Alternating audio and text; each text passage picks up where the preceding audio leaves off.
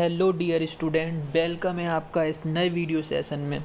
और आज हम आपके लिए लेकर आए हैं क्लास 10 ज्योग्राफी से चैप्टर नंबर फर्स्ट। तो चलते हैं अपने वीडियो पर और स्टार्ट करते हैं पहले चैप्टर को। तो फर्स्ट चैप्टर आपका ज्योग्राफी से है रिसोर्सेज एंड डेवलपमेंट। रिसोर्सेज के बारे में आप थोड़ा बहुत 9th में पढ़ चुके हो। यहाँ पर हम रिसोर्सेज के बारे में भी समझेंगे सबसे पहले। After that we will discuss about development. ये वीडियोस का हमारा पहला पार्ट है और इसमें जो हम टॉपिक कवर करने वाले हैं वो करने वाले हैं रिसोर्सेज एंड देयर क्लासिफिकेशन। इस वीडियोस में हम सबसे पहला टॉपिक कवर करेंगे रिसोर्स और उसके क्लासिफिकेशन क्या होते हैं।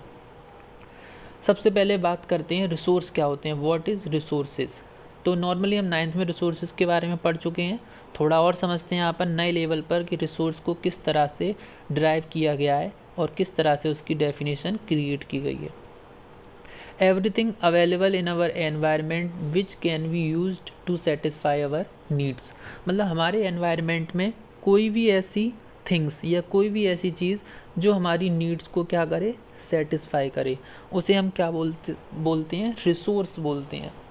फॉर एग्ज़ाम्पल हमारे लिए रिसोर्स क्या क्या है, वाटर हमारे लिए रिसोर्स है, फॉरेस्ट हमारे लिए रिसोर्सेज हैं, सिमिलरली लैंड, विंड हमारे लिए क्या है, रिसोर्सेज है। हाउ किस तरह से है, तो विंड का यूज़ सबसे सिंपल हम ब्रीथ करने के लिए करते हैं। एनदर यूज़ क्या है, एज अ इलेक्ट्रिसिटी फॉर्म करने के लिए करते हैं विंड एनर्जी से। ऐसे ही एक और एग्जांपल रिसोर्स का एनिमल्स का यूज़ हम milk product, food, as a meat और भी अदर पर्पज़ से हम करते हैं। तो ये सब हमारे लिए क्या है, रिसोर्सेज हैं। और रिसोर्सेज के बारे में हम 9th में भी थोड़ा बहुत समझ चुके हैं, बट अब हम क्लास 10th में हैं तो कुछ और एक्स्ट्रा चीज़ों के बारे में भी हम बात करने वाले हैं। इतना पढ़ने से हमारी अभी रिसोर्स की डेफिनेशन कंप्लीट नहीं हुई। यहाँ पर हमको रिसोर्स को लेकर कुछ और चीज़ों को भी फुलफ़िल करना है। तो यहाँ पर हम 3 फैक्टर्स को डिस्कस करेंगे। जब कोई रिसोर्स उन तीनों फैक्टर को कंप्लीट करेगा तभी वो क्या कहलाएगा, रिसोर्सेज कहलाएगा। तो वो फैक्टर क्या हैं, अ रिसोर्सेज शुड बी, एक रिसोर्स होना चाहिए, क्या क्या होना चाहिए। First is technologically accessible, second is economically feasible और थर्ड इज़ कल्चरली एक्सेप्टेबल।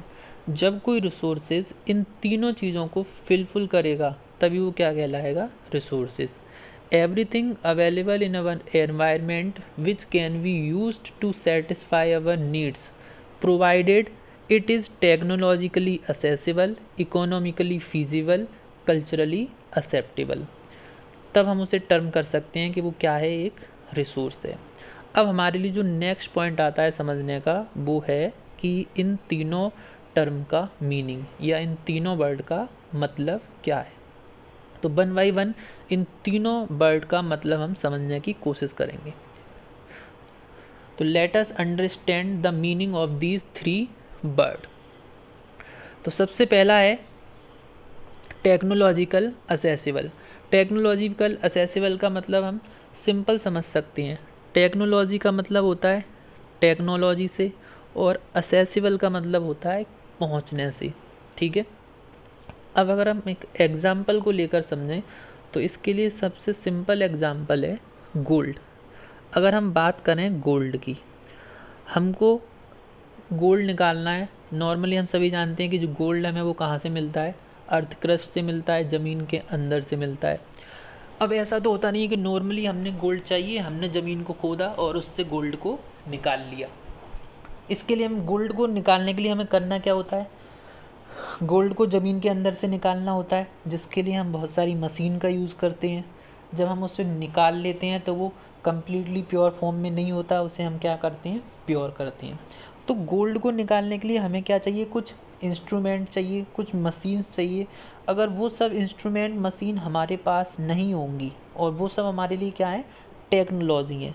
तो अगर ये टेक्नोलॉजी हमारे पास नहीं होगी गोल्ड को ज़मीन के अंदर से निकालने की, तब तक हम ये नहीं कह सकते कि ये जो गोल्ड एज अ रिसोर्स है टेक्नोलॉजिकल असेसिबल ही नहीं है, मतलब हम उस गोल्ड तक पहुंच ही नहीं पा रहे हैं। एक और एग्जांपल समझते हैं वाटर का। वाटर हम जानते हैं कि वाटर हमारे लिए क्या है, रिसोर्स है, उसे हम पीने के लिए यूज़ करते हैं। But water as a resource है इलेक्ट्रिसिटी भी, मतलब इलेक्ट्रिसिटी के लिए भी हम वाटर का यूज़ करते हैं। कैसे करते हैं कि वाटर की हेल्प से हम क्या बनाते हैं, इलेक्ट्रिसिटी बनाते हैं। अब ये कैसे पॉसिबल होता है कि जब हम वाटर को डैम्स में इकट्ठा कर लेते हैं, उसे भर लेते हैं, उसके बाद हम उसका यूज़ करते हैं इलेक्ट्रिसिटी बनाने के लिए। अब हमारे पास डैम्स ही ना हो तो क्या हम वाटर को यूज़ कर लेंगे एज अ इलेक्ट्रिसिटी? नहीं कर पाएंगे। तो यहाँ पर भी क्या है, टेक्नोलॉजी की कमी है। तो आई होप कि आपको ये पॉइंट क्लियर हुआ होगा कि किसी रिसोर्स तक पहुँचने के लिए हमारे पास क्या होनी चाहिए, टेक्नोलॉजी होनी चाहिए। तो हम इसको बोल सकते हैं technologically accessible means the technology needed to use the resource must be available so that we can extract का मतलब इसे हम निकाल सकें, it and make proper use of it, और उसे निकालने के बाद उसका प्रॉपर हम क्या कर सकें, यूज़ कर सकें। तो ये तो था पहला टर्म। ऐसे ही अब हम दूसरे टर्म की बात करते हैं तो दूसरा टर्म आता है इकोनॉमिकली फिजिबल। इकोनॉमिकली फिजिबल का मीनिंग क्या है यहाँ पर? इकोनॉमिकली फिजिबल का मतलब है मनी से, कि यदि हम किसी रिसोर्स को निकाल रहे हैं तो उससे निकालने के लिए हमें क्या चाहिए होगी, मशीनें चाहिए होंगी, बहुत सारे इंस्ट्रूमेंट चाहिए होंगे। और वो सब इंस्ट्रूमेंट हमें किससे मिलेंगे, मशीन किससे मिलेंगी, मनी से मिलेंगी। वर्कर्स चाहिए होंगे, वो वर्कर्स हमें किससे मिलेंगे, मनी से मिलेंगे, वो अपना लेबर चार्ज करेंगे। तो किसी भी रिसोर्स को निकालने के लिए या जनरेट करने के लिए, यूज़ करने के लिए हमारे पास क्या होनी चाहिए, प्रॉपर अमाउंट में मनी होनी चाहिए। तब हम कह सकते हैं कि कोई रिसोर्स क्या है, इकोनॉमिकली फिजिबल है। तो ये आपकी इकोनॉमिकल फिजिबल हो गया। Economically feasible means we must have enough money to extract it and use it, मतलब रिसोर्स को निकालने के लिए हमारे पास प्रॉपर अमाउंट में मनी होनी चाहिए और उसे यूज़ करने के लिए भी हमारे पास प्रॉपर अमाउंट में मनी होनी चाहिए। अब बात करते हैं थर्ड और लास्ट टर्म को समझने की। थर्ड टर्म में हमारा कल्चरली एक्सेप्टेबल। कोई भी रिसोर्स जो हम निकाल रहे हैं वो कल्चरली क्या होना चाहिए, एक्सेप्टेबल होना चाहिए। तो अब हम समझते हैं कल्चरली एक्सेप्टेबल के बारे में। Things that are being acceptable in the culture, the things that are allowed to be observe और practised without hindrance and objection. Meaning जो भी रिसोर्स हम प्रोड्यूस करना चाहते हैं उस पर किसी का ऑब्जेक्शन नहीं होना चाहिए। कोई भी ट्रेडिशन, नॉर्म्स, रिलीजियन, लैंग्वेज का ऑब्जेक्शन उस पर नहीं होना चाहिए। फॉर एग्जांपल, हमें कोई न्यूज़ मिलती है किसी मंदिर के नीचे, किसी टेम्पल के नीचे कोई भी मेटल्स है या कोई भी गोल्ड, एल्यूमिनियम, कॉपर कुछ भी है, तो नॉर्मली हम उसे वहाँ से नहीं निकाल सकते। उसे निकालने के लिए हमें क्या करना पड़ेगा, उस टेम्पल को वहाँ से हटाना पड़ेगा। तो नॉर्मली सभी लोग इसके लिए सहमत नहीं होंगे, वो नहीं चाहेंगे कि टेम्पल ब्रेक डाउन हो या यहाँ से हटाया जाए। तो इस तरह से चीज़ें क्या होनी चाहिए, कल्चरली एक्सेप्टेबल भी होनी चाहिए। तो ये तीनों टर्म थे। After that we will say कि कोई भी रिसोर्स अपनी डेफिनेशन को फुलफिल करता है। तो कोई भी रिसोर्स क्या होना चाहिए, टेक्नोलॉजिकली एक्सेसिबल होना चाहिए, इकोनॉमिकल फिजिबल होना चाहिए और कल्चरली एक्सेप्टेबल होना चाहिए। ये तो हुई हमारी सिंपल रिसोर्स की डेफिनेशन। अब हम इसके बाद समझेंगे रिसोर्स का क्लासिफिकेशन। तो 9th में हमने सिंपल सा क्लासिफिकेशन किया था, यहाँ पर हम समझने वाले हैं classification of resources higher level पर। तो रिसोर्स का क्लासिफिकेशन करने से पहले हम समझेंगे कि ये जो टर्म है क्लासिफिकेशन, इसका रियलिटी में मतलब क्या होता है, मीनिंग क्या होता है। तो इसके लिए सबसे अच्छा एग्जांपल हम ले सकते हैं ग्रॉसरी का। जैसे इस पहली वाली पिक्चर में आप देख सकते हो कि इस बकेट में आपको बहुत सारी ग्रॉसरी का सामान दिखाई दे रहा है, ठीक है। इसमें हर तरह की चीज़ पड़ी हुई है। बट अगर आप मान के चलो इसी तरह से डिस्टर्ब जैसे इसमें सामान पड़ा हुआ है, कोई कोल्ड ड्रिंक की बोतल है, कोई ऑयल की बोतल है, कोई किसी का पैकेट है, कोई भी किसी चीज़ का पैकेट है, सेम इसी कंडीशन में सामान अगर शॉप में पड़ा हो, किसी दुकान में पड़ा हो और आप उससे जाके मांगे दुकानदार से कि मुझे ये चीज़ चाहिए, तो आप सोच सकते हो कि उसे वो चीज़ ढूंढने में कितना टाइम लगेगा, क्योंकि सारी चीज़ें क्या हैं, मिक्स हैं, हर तरह की चीज़ आपस में एक दूसरे के साथ रखी हुई है। ठीक है, तो उस दुकानदार के लिए ये पॉसिबल नहीं होगा कि वो उसमें से जो चीज़ आपने मांगी है वो ईजिली निकाल कर दे सके, उसे क्या लगेगा, टाइम लगेगा। अब एक और पिक्चर आपके सामने, इसमें आप देख सकते हो कि जो सामान है हर चीज़ वो एक पर्टिकुलर प्लेस पर रखी हुई है। जैसे आप इस जगह देख सकते हो कि सारी लिक्विड वाली चीज़ें रखी हुई हैं, यहाँ पर कुछ कोक रखी हुई हैं, ठीक है, यहाँ पर अलग बिस्किट वगैरह रखे हुए हैं। तो यहाँ पर हमने क्या किया, चीज़ों का क्लासिफिकेशन कर दिया। इसी को हम क्या बोलते हैं, क्लासीफाई करना। मतलब किसी एक पर्टिकुलर फैक्टर हमने लिया, कोई भी हमने फैक्टर लिया और उस फैक्टर को लेकर हमने चीज़ों को क्या कर दिया, क्लासीफाई। जैसे हमने एक फैक्टर लिया लिक्विड, तो शॉप के अंदर जितनी भी लिक्विड वाली चीज़ें हैं, जितनी भी लिक्विड वाली चीज़ें हैं उन सबको हमने क्या लगा दिया, एक जगह लगा दिया। हमने दूसरा फैक्टर लिया बिस्किट, तो शॉप के अंदर जितने भी बिस्किट हैं, जितने भी तरह के बिस्किट हैं उन सबको हमने एक डेस्क में लगा दिया। इसका मतलब क्या होता है, क्लासिफिकेशन। और इससे हमारे लिए चीज़ों को समझना या ऑब्जर्व करना या उसे यूज़ करना क्या हो जाता है, इजी हो जाता है। तो ये तो नॉर्मली क्लासिफिकेशन का मीनिंग था। अब यहाँ पर हम समझेंगे किसका क्लासिफिकेशन, रिसोर्सेज का क्लासिफिकेशन। तो समझते हैं।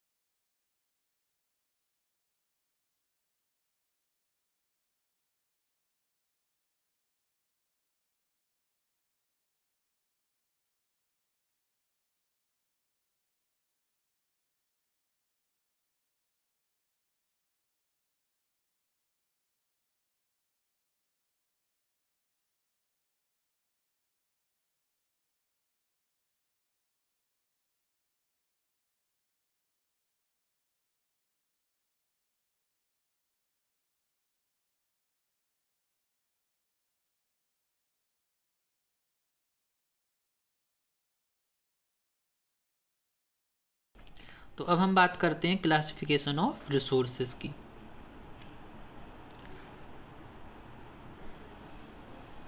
तो रिसोर्स का क्लासिफिकेशन किया गया है 4 टाइप से।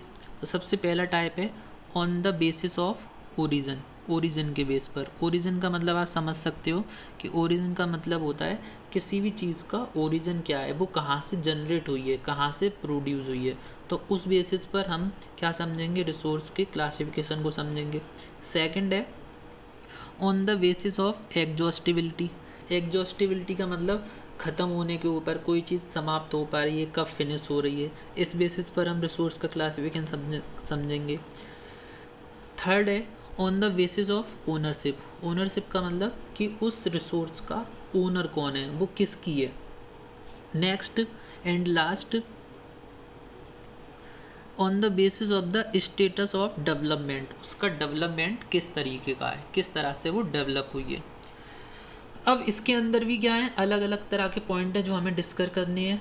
ओरिजिन के बेस पर बायोटिक एंड एबायोटिक, एग्जॉस्टिबिलिटी के बेस पर रिन्यूएबल और नॉन रिन्यूएबल, ये दोनों आपने 9th में भी थोड़े बहुत पढ़ चुके हैं।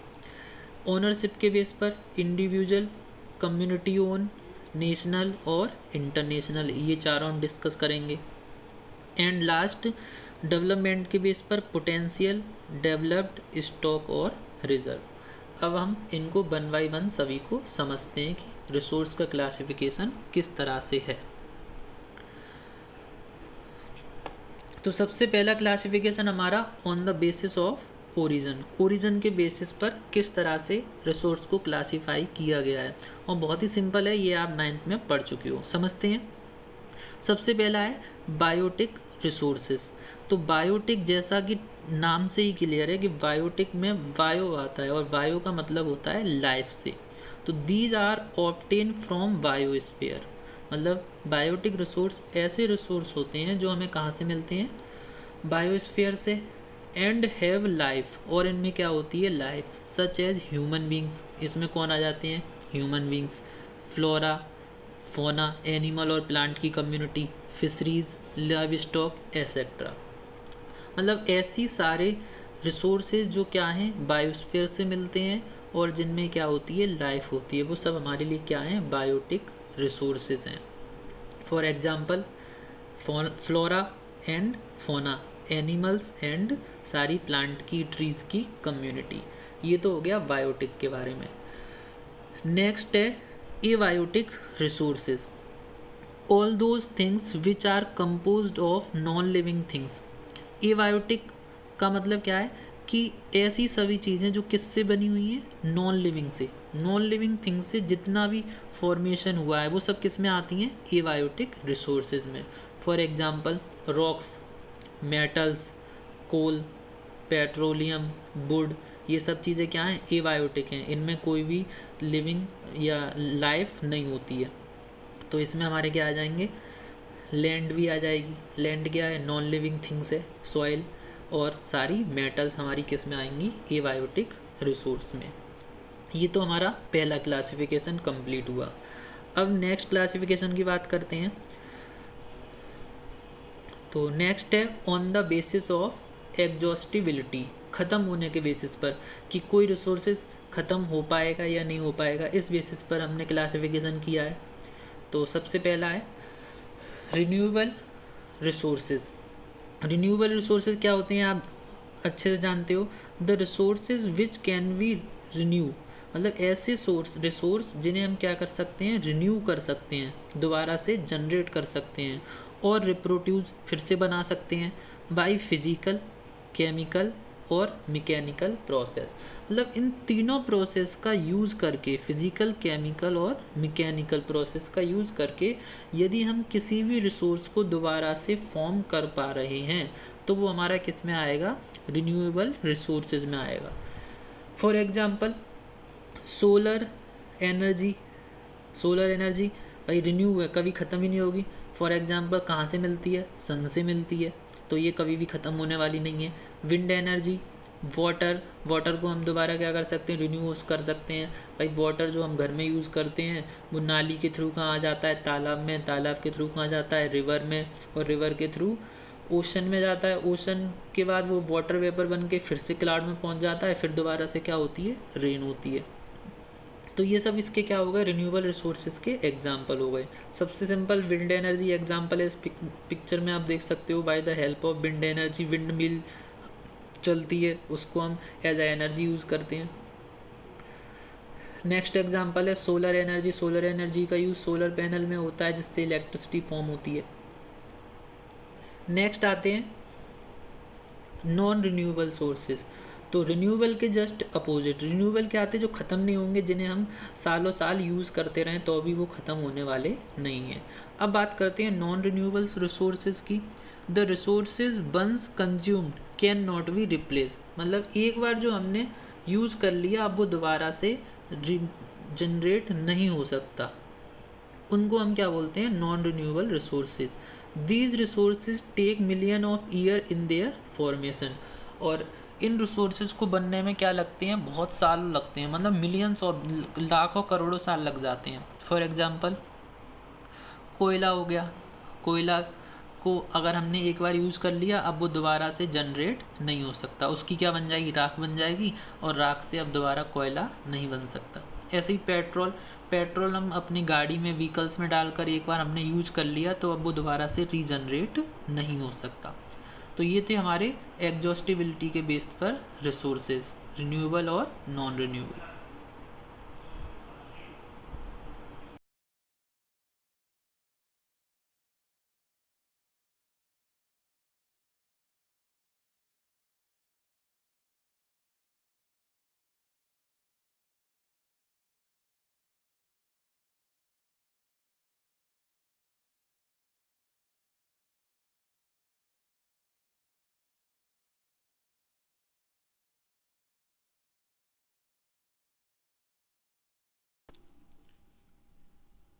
अब हम समझते हैं थर्ड क्लासिफिकेशन।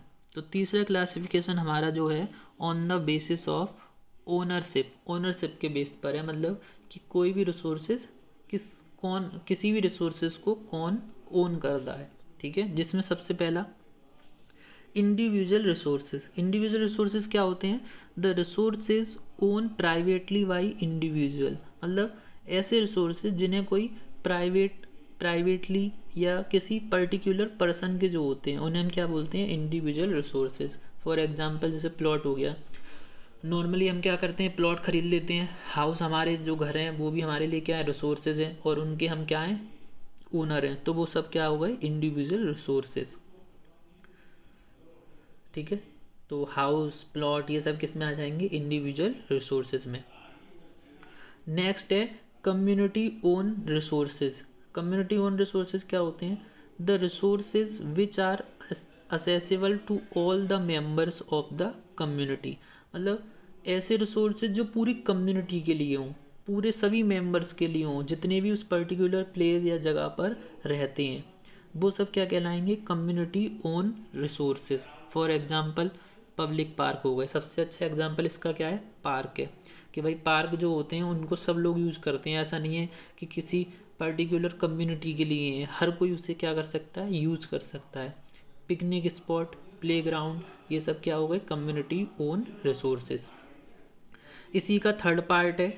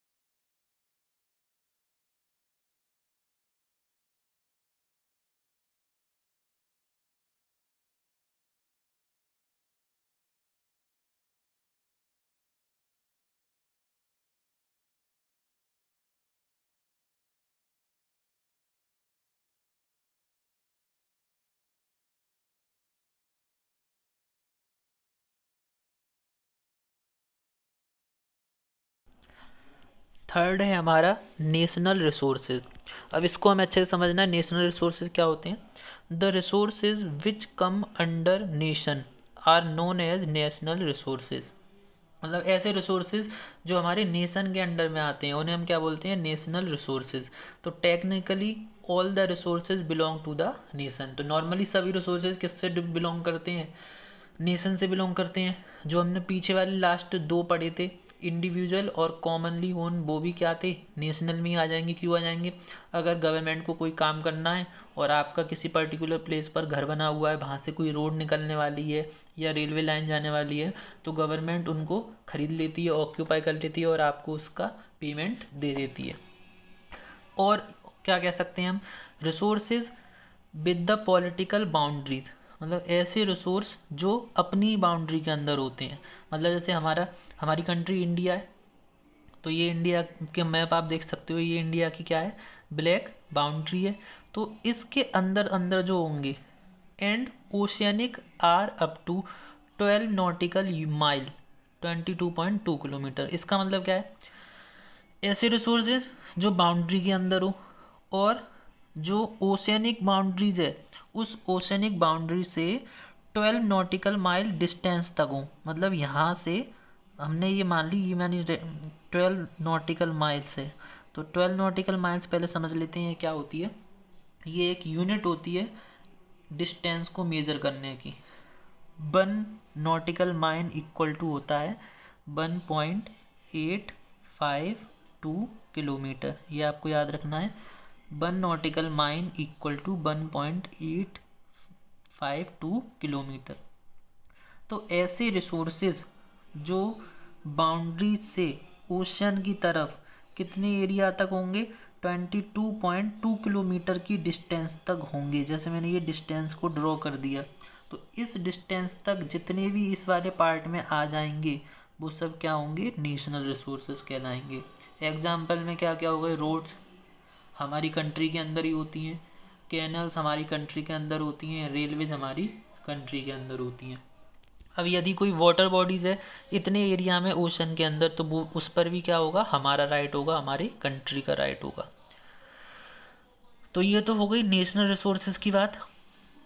अब हम बात करते हैं नेक्स्ट। तो नेक्स्ट है हमारा इंटरनेशनल रिसोर्सेज।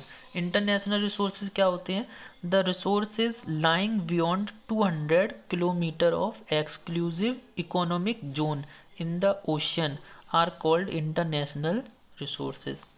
अभी हमने समझा कि हमारी बाउंड्री से ओशन में 22.2 किलोमीटर तक तो नेशनल रिसोर्सेज हैं।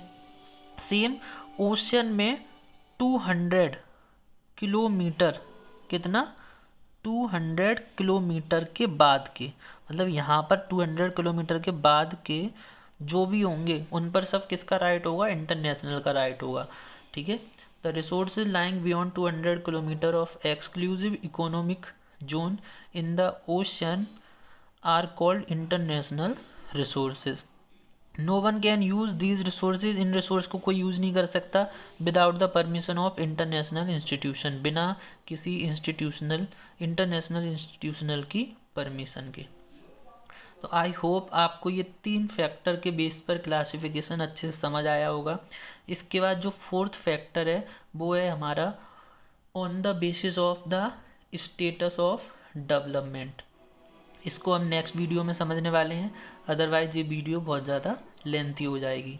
तो आई होप आप सभी को समझ में आया होगा अच्छे से, और पढ़ते रहिए, सीखते रहिए, और इसके नोट्स लेने के लिए आप हमारे टेलीग्राम चैनल को भी ज्वाइन कर सकते हैं।